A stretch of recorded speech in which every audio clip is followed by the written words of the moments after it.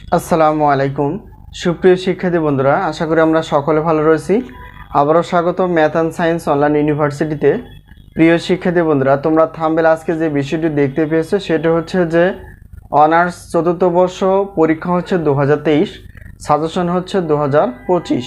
তোমাদের পরীক্ষার form fill up চলমান, তো যে কোনো মুহূর্তে পরীক্ষার ফর্ম ফিল আপ শেষ হয়ে তোমাদের পরীক্ষার রুটিনটি প্রকাশ হতে পারে।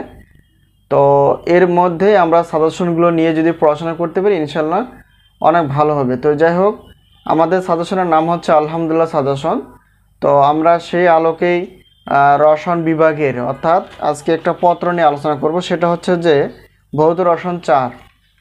তো এটা হচ্ছে অনার্স চতুর্থ বর্ষ রসায়ন বিভাগের অর্থাৎ ন্যাশনাল ইউনিভার্সিটির ভৌত রসায়ন 4 এই পত্র নিয়ে আজকে আমরা আলোচনা করব যে এই পত্রের কয়টি অধ্যায় আছে এবং সেখান থেকে আমরা কয়টি প্রশ্ন বাছাই করে ফেলেছি ক বিভাগ, খ বিভাগ এবং গ বিভাগের জন্য।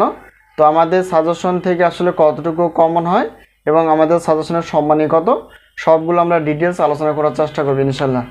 প্রিয় শিক্ষার্থী বন্ধুরা, আমরা জানি যে অনার্স চতুর্থ বর্ষের রসায়ন বিভাগের টোটাল 8টি পত্র রয়েছে।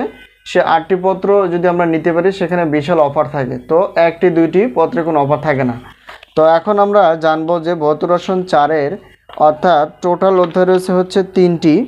তো 3টি অধ্যায় রয়েছে বা 3টি চ্যাপ্টার রয়েছে। এই চ্যাপ্টার থেকে আমরা ক বিভাগের জন্য 30টি প্লাস, খ বিভাগ এবং গ বিভাগ মিলে 30টি প্লাস আর আমাদের সাজেশন থেকে ইনশাআল্লাহ কমন আসে 70% প্লাস থেকে 100%-এর মধ্যে। তো প্রত্যেক পত্রের সম্মান হিসেবে রাখা আছে।